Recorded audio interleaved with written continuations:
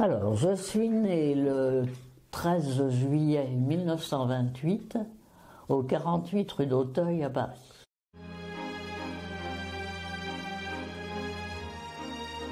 Bon, j'étais pas vieille, hein, j'avais oui, je devais avoir 12-13 ans. Ça me fendait on se rend pas compte de la guerre et tout ça, les enfants. Ce qui me fendait le cœur, moi, c'est de m'en aller alors que le cerisier chez ma grand-mère était à plein, à craquer de cerises. Vous voyez, hein, c'est idiot. Je sais pas pourquoi c'est idiot, hein, c'est même égoïste, mais... Enfin, nous, on n'a pas eu à partir sur les routes, comme certains, avec leurs baluchons et tout ça. On a pris le dernier train à la gare de Lyon pour descendre sur Balaruc. On est parti. La belle-sœur de ma grand-mère qui habitait à Beaumont avait un parent qui habitait à Balaruc-les-Bains. La belle-sœur la belle-sœur de ma grand-mère était déjà partie, et nous, elle nous a dit, rejoignez-nous. Donc on s'est retrouvés toute la famille, sans mon père, bien sûr, qui devait rester avec son travail. On s'est tous retrouvés à Balaruc-les-Bains.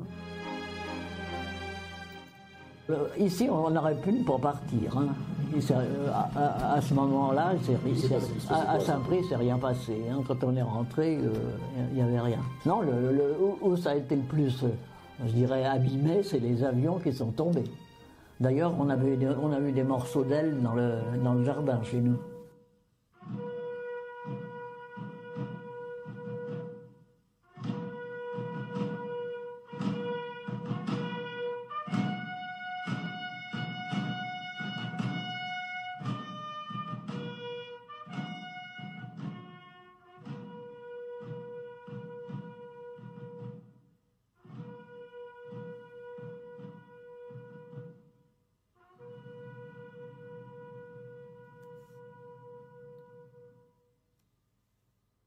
Alors, la libération de Saint-Prix, on était là.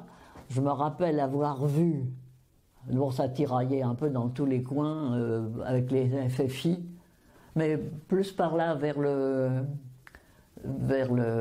terrain de football de Saint-Leu, un peu par là. Et je sais que le docteur Esnault, qui habitait rue Gambetta, est passé par notre jardin pour contourner la rue, pour aller par derrière soigner quelqu'un qui avait été blessé.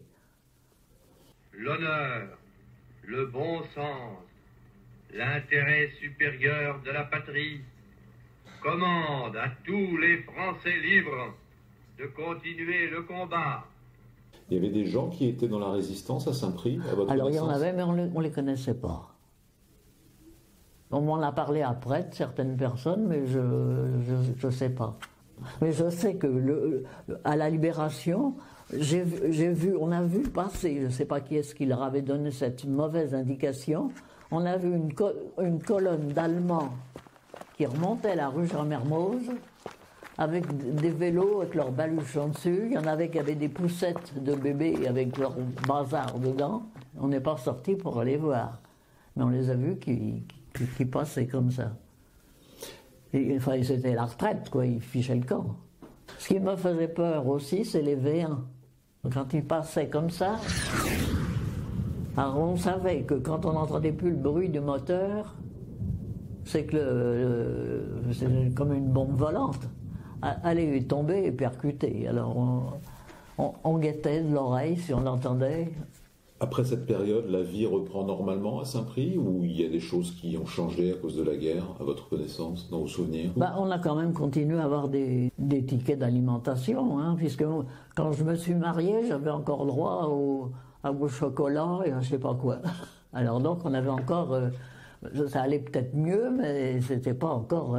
Je sais que ma mère, en bicyclette avec des voisines, elles allaient jusqu'à Moisselles ou je sais pas où, chercher des pommes de terre. On trouvait rien, pas beaucoup de choses pour s'alimenter, quoi. Qu'est-ce qui vous a le plus manqué à ce moment-là?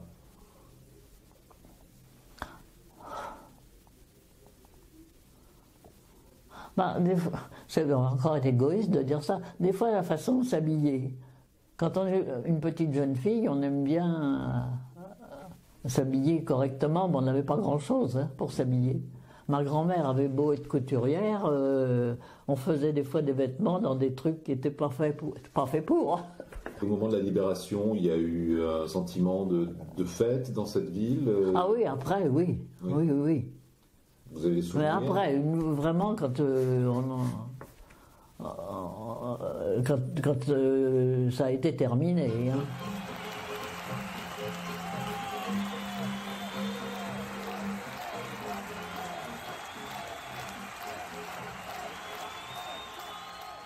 Donc la guerre est finie, vous allez rencontrer votre mari, vous n'allez pas tarder à le rencontrer. Ah oui. Vous décidez de vivre à Saint-Prix tous les deux? Ah oui, bien sûr.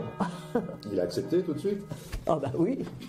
Il m'a même dit d'abord, mais de nombreuses années après, presque oui, qu'il lui a semblé que sa vie a été plus responsable, qu'il a fait plus de choses en restant à Saint-Prix que de retournant habiter à Bastia.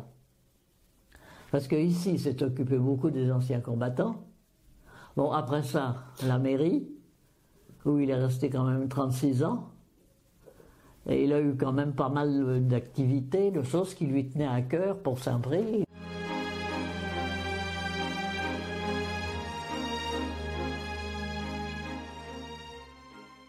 Il a quitté la Corse, il a fait Ajaccio-Alger.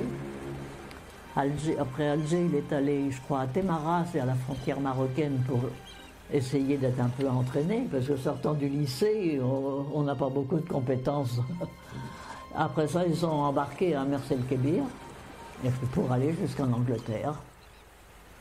Et après ça, il est allé à une petite ville qui est au-dessus de... Enfin, il y a Londres là, c'est sur la côte est. Oui, qui s'appelle Hull. Et là où ils ont été formés, il y avait le général Leclerc aussi, là ils ont été formés. C'est comme ça qu'il a été dans un char et qu'il a...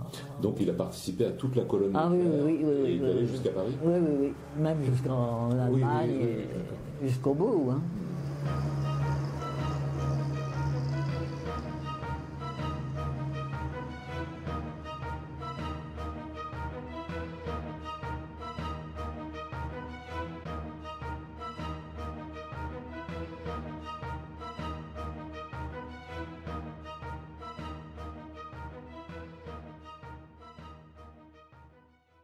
Il vous en parlait de cette période-là? Il m'en parlait, mais il ne s'étendait pas sur certaines choses. Alors il a fallu que je le pousse. Mais vous savez, je crois que les hommes qui ont fait la guerre, il y a des périodes, ils n'aiment pas trop se la remémorer. Il a été blessé ou Non. Non. Il a eu la chance de... Son char n'a rien eu, il y a des chars qui ont sauté. Lui, il a eu la chance de... Et quand il est arrivé à Saint-Prix, il s'est tout de suite engagé dans des activités communales?